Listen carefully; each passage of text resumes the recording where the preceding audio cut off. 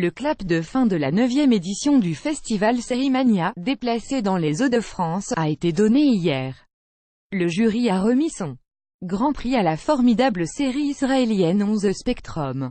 Il y avait du monde autour du tapis rouge hier soir, pour la cérémonie de clôture de Sérimania. L'effet beau temps revenu et Plus belle la vie, le très populaire feuilleton de France 3.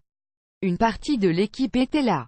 L'actrice Élodie Varlet en tête, une enfant du pays, née à Villeneuve, possible aussi qu'après un démarrage un peu timide, les Lillois se soient attachés à ce festival arrivé de Paris, qui leur a fait découvrir gratuitement un peu plus de 80 séries du monde entier sur grand écran, depuis le 27 avril. Un programme extrêmement riche et varié assorti de nombreuses animations dans toute la ville, à commencer par les expos, concerts, rencontres de l'espace culturel du Tripostal. Maître de cérémonie, le comédien Jonathan Lambert s'est amusé, en entrant sur scène, à rallumer la guéguerre des villes organisatrices de festivals de séries qui a opposé ces 2 derniers mois, Cannes et ses paillettes, et Lille et ses baraques à frites. 3 semaines après la clôture assez discrète de Cannes Sérimania s'est terminée hier sur un bon bilan, 50 000 visiteurs sur l'ensemble du festival, et 3 000 personnes par jour. Tripostal, a annoncé Laurence Herzberg, sa directrice générale, avant la remise des prix. Côté compétition internationale, le jury, présidé par Chris Brancato, est composé de Maria Feldman, Maria Schrader, Clovis Cornillac et Pierre Lemaître, avaient 10 séries à départager.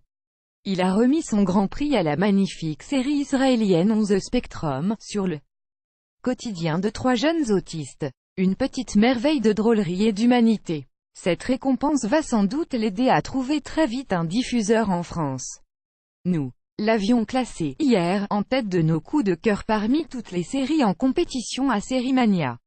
La meilleure actrice est Anna Mikhalkova dans la série russe Ordinary Woman. Avec son visage impassible, elle y est effectivement bluffante et troublante dans un rôle de fleuriste devenue maquerelle pour arrondir ses fins de mois. Anna Mikhalkova dans la série russe Ordinary Woman. TV3. Le prix du meilleur acteur de la compétition internationale revient à Tommaso Ragno pour son rôle de prêtre dépravé aux cheveux blonds peroxydés, dans la série italienne Il Miracolo. Tommaso Ragno, le drôle de prêtre de Il Miracolo, Arte. Le prix spécial du jury revient à cette même série, coproduite par Arte et créée par l'écrivain italien Niccolo Amaniti.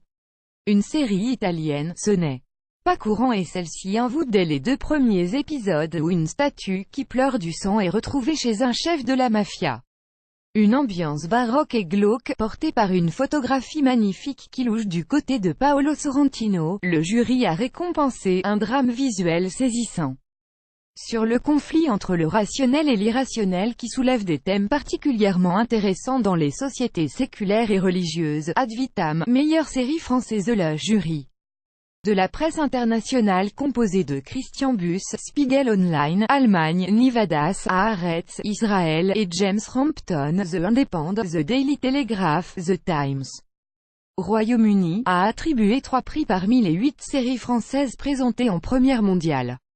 Le prix de la meilleure série française a été attribué à la série d'anticipation Ad vitam, de Thomas Caillet. Yvan Attal incarne un flic de 120 ans dans Ad vitam. Arte. Le prix du meilleur acteur dans une série française est revenu à Roche Dizem pour son rôle dans Aux animaux la guerre, ex aequo avec Brian Marciano, pour la série 25 que ce dernier a également écrit et réalisé. Brian Marciano, acteur, auteur et réalisateur de 25, Elif Productions. Parmi 3 actrices françaises dans un rôle de policière, spécialité nationale, c'est Anne Charrier qui a été considérée la meilleure dans la série française Maman à tort, adaptée d'un roman de Michel Bussy. Le prix de la meilleure série de format court a été décerné à la série franco-américaine First Love, de Aditi Cheraï. Une histoire à la Bonnie and Clyde entre 2 adolescents. Le prix du public, établi à partir des votes réalisés à l'issue des projections, revient à The Marvelous Mrs. Maisel, États-Unis. Un jury de blogueurs a consacré la série britannique Kiri, de Jack Thorne, dans le panorama international. Le prix des étudiants est allé à Kiki and Kitty, de Nakia lui, Australie, présenté dans le marathon de comédie proposé aux festivaliers dans la nuit de lundi à mardi.